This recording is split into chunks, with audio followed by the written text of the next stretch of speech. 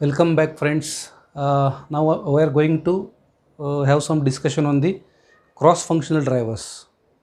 जैसा हमने last video में देखा था कि 6 ड्राइवर्स इंपॉर्टेंट है।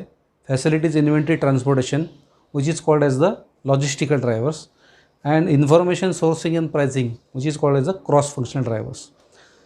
तो ये जो 6 ड्राइवर्स है उसका सप्लाई चेन के पूरे स्ट्रक्चर पे कैसा इफ़ेक्ट आता है वो इस डायग्राम में हम लोग डिस्कस करते हैं एक एग्जांपल लेके। ओके, तो हमने लास्ट भी कुछ वीडियोस में देखा था कि हर एक कंपनी का एक कॉम्पिटिटिव स्ट्रेटजी रहता है।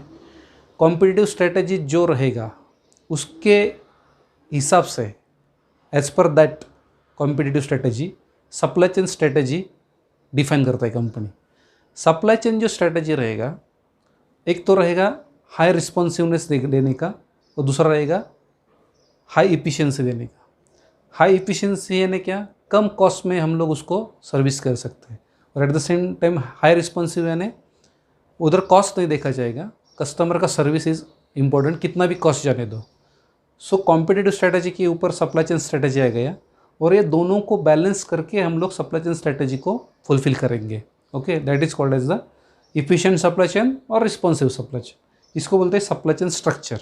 हर एक कंपनी का स्ट्रक्चर इसके ऊपर डिपेंड रहेगा, इफिशिएंसी और responsiveness. Okay, so now if you see, ये स्ट्रक्चर जो डिपेंडेंट है सप्लाई चेन का, इन द सेंस रिस्पॉन्सिवनेस और इफिशिएंसी का, वो जो डिपेंडेंट है वो 6 ड्राइवर के ऊपर डिपेंडेंट है। ये 3 ड्राइवर लॉजिस्टिक वाले और 3 क्रॉस फंक्शनल वाले। ओके, इसको ये 6 ड्राइवर्स का मैनेजमेंट बराबर किसी भी कंपनी ने किया, so that will help to have the good supply chain structure. उसको बोलते हैं सप्लाई चेन स्ट्रेटजी, और ultimately it will support to the competitive strategy of the organisation. Okay, that is important fact. To understand this concept हम लोग एक example लेते हैं। आपको मालूम है कि अमेरिका का जो यूएस बेस्ड वॉलमार्ट जो स्टोर है वो रिटेल स्टोर है, राइट। उसका क्या है कि रिटेल स्टोर का उसका सप्लाई चेन का स्ट्रेटजी क्या है, कॉम्पिटिटिव स्ट्रेटजी उसका है कि लो कॉस्ट में वो मैक्सिमम जो भी प्रोडक्ट है वो प्रोवाइड करता है कस्टमर को। Low cost is his competitive strategy. तो सप्लाई चेन में स्ट्रेटजी वही होना चाहिए, लो कॉस्ट में सप्लाई चेन उसका फॉलो होना चाहिए। हर एक ड्राइवर ने सपोर्ट करना चाहिए कि वो लो कॉस्ट में काम करे। That means he is not at the responsiveness side में नहीं हो, मैट्रिक्स में, स्ट्रक्चर में, वो इधर है, इफिशियंसी साइड में काम करना चाहता है वॉलमार्ट। ओके, उसके लिए वो ड्राइवर्स का कैसा यूज़ कर देता है, that is were important factor. Drivers in the sense वो इन्वेंट्री जो है, यानी वॉलमार्ट में मिनिमम इन्वेंट्री रखता है, वो मैक्सिमम इन्वेंट्री रखता नहीं है, मिनिमम इन्वेंट्री के ऊपर वो काम करता है। तो उसका इन्वेंट्री का कॉस्ट कम हो गया, क्योंकि अल्टीमेटली उसका टारगेट है कि कॉस्ट कम करके काम करना है उसको, तो इन्वेंट्री वो कम रखेगा। लेकिन जब इन्वेंट्री कम कर रखेगा तो इन्वेंट्री एक ड्राइवर तो उसने उधर इफिशिएंट कर दिया है उसको, लेकिन at the same time Walmart खुद के ट्रक्स यूज़ करता है मटेरियल पुल करने के लिए सप्लायर के साथ से। ओके, सो ट्रांसपोर्टेशन में वो क्या करता है, खुद के ट्रक यूज़ करके मूवमेंट कर देते हैं पूरा। तो उधर वो रिस्पॉन्सिवनेस ज़्यादा उसको मिलता है, क्योंकि वो किसी के ऊपर डिपेंडेंट नहीं है, वॉलमार्ट का खुद का ट्रांसपोर्टेशन सिस्टम है इधर, राइट। सो रिस्पॉन्सिवनेस ये फैक्टर आ गया। ये जो ड्राइवर है उसमें उसने रिस्पॉन्सिवनेस यूज़ किया, इधर उसने इफिशिएंट यूज़ किया है, कम इन्वेंट्री रखे, राइट। फैसिलिटी में जब हम लोग जाएंगे, उसकी जो डिस्ट्रीब्यूशन सेंटर है वो सेंट्रल की इधर तो लोकेशन उसका कर देते हैं वो नेटवर्क प्लानिंग के हिसाब से। लेकिन रिटेल स्टोर वो ज़्यादा नहीं खोलेगा, रिटेल स्टोर उधर ही खोलेगा जिधर पॉपुलेशन है, उसका जो स्टडी है उसके हिसाब से ही रिटेल स्टोर खोलेगा। तो ये फैसिलिटीज़ में इफिशिएंट में काम करता है, राइट। सो अभी हर एक ड्राइवर को वो इफिशियंसी और रिस्पॉन्सिव में उसको डिस्ट्रीब्यूट करता जाता है, उसको मैनेज करता जाता है। लाइक फॉर एग्जांपल फिर हम लोग जाएंगे इन्फॉर्मेशन में।